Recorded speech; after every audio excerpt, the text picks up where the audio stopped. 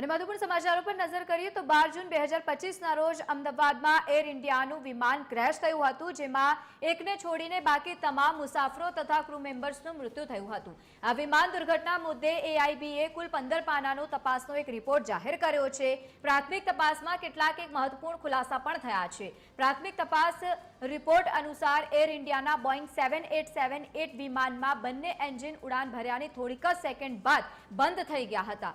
વિમાનમાં બંને એન્જિનને ઈંધણ આપતી ફ્યુઅલ કટઓફ પણ સ્વિચ એક જ સેકન્ડમાં રનથી કટઓફમાં જતી રહી હતી। બંને એન્જિનને ઈંધણ મળતું ન હતું, બંધ થઈ ગયું હતું। પહેલા પ્રથમ એન્જિનને ઈંધણ મળતું બંધ થયું અને એક જ સેકન્ડમાં બીજા એન્જિન ફ્યુઅલ સ્વિચ કટઓફ થઈ ગઈ। વિમાન માત્ર 32 સેકન્ડ સુધી હવામાં રહી શક્યું। એન્જિન ફરી ચાલુ કરવા માટેના પ્રયત્નો હાથ ધરાયા। પહેલું એન્જિન અમુક ક્ષણો માટે ચાલ્યું, જ્યારે બીજું એન્જિન ચાલ્યું જ નહીં। વિમાન એરપોર્ટની બાઉન્ડ્રી વોલને પાર કરે તે પહેલા જ નીચે આવવા લાગ્યું હતું અને આ દુર્ઘટના સર્જાઈ હતી। અને હવે 15 પાનાનો એક રિપોર્ટ પણ જાહેર કરવામાં આવ્યો છે, જેમાં પ્રાથમિક અનેક ખુલાસાઓ પણ થયા છે।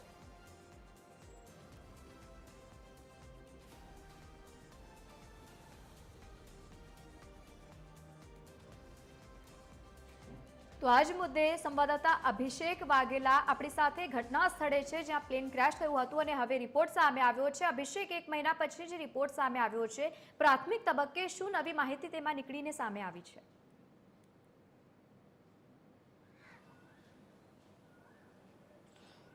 બિલકુલ લવલીન, વાત કરીએ તો જે પ્રકારે અમદાવાદની અંદર વિમાનની દુર્ઘટના ઘટી હતી, અત્યારે આપણે એ સ્થળ ઉપર છીએ જ્યાં મેઘાણીનગરમાં વિમાન દુર્ઘટનાનો બનાવ જે છે તે બન્યો હતો।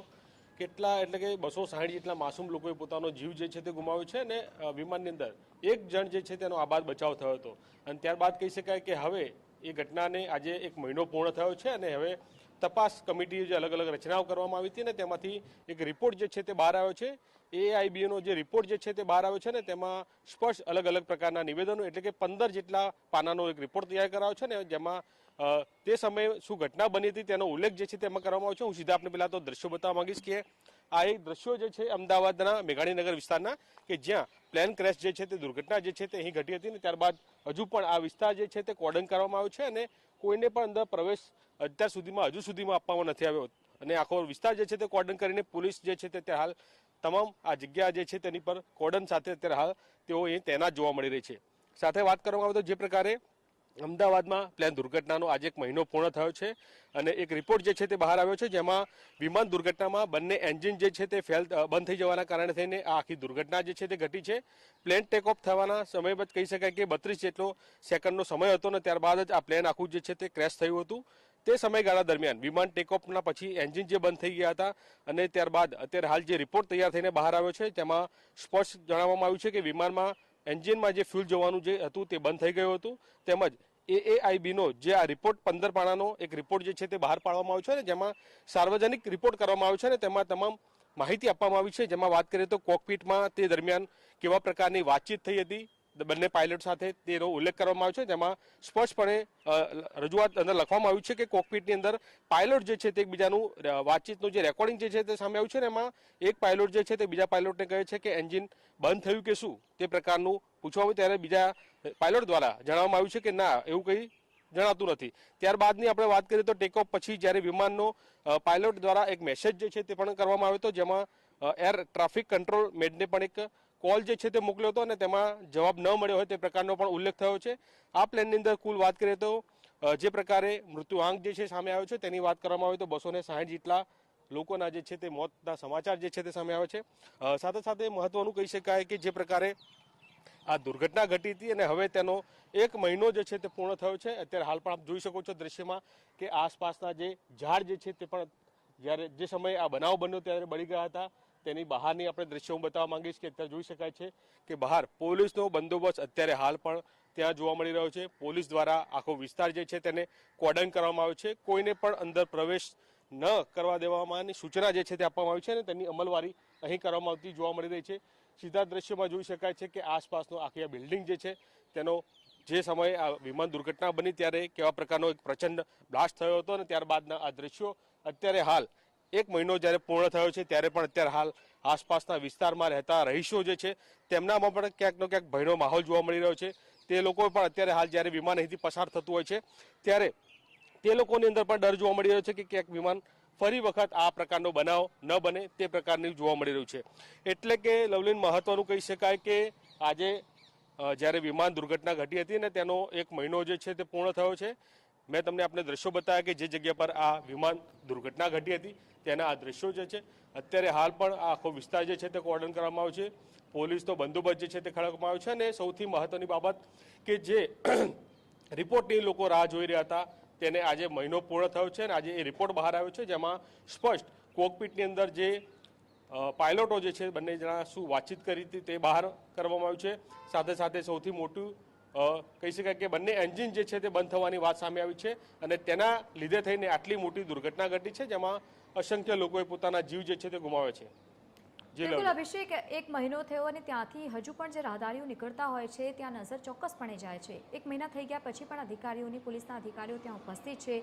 હજુ પણ ત્યાં લોકોને જવા નથી દેવામાં આવતું. લોકોમાં ભયનો માહોલ છે. અને બીજી તરફ હજુ ત્યાંની જનતા શું કહે છે, લોકોનું શું કહેવું છે, કારણ કે લોકોમાં અત્યારે ભયનો માહોલ છે. અને બીજી તરફ હજુ પણ અનેક ખુલાસાઓ થવાના તો બાકી છે.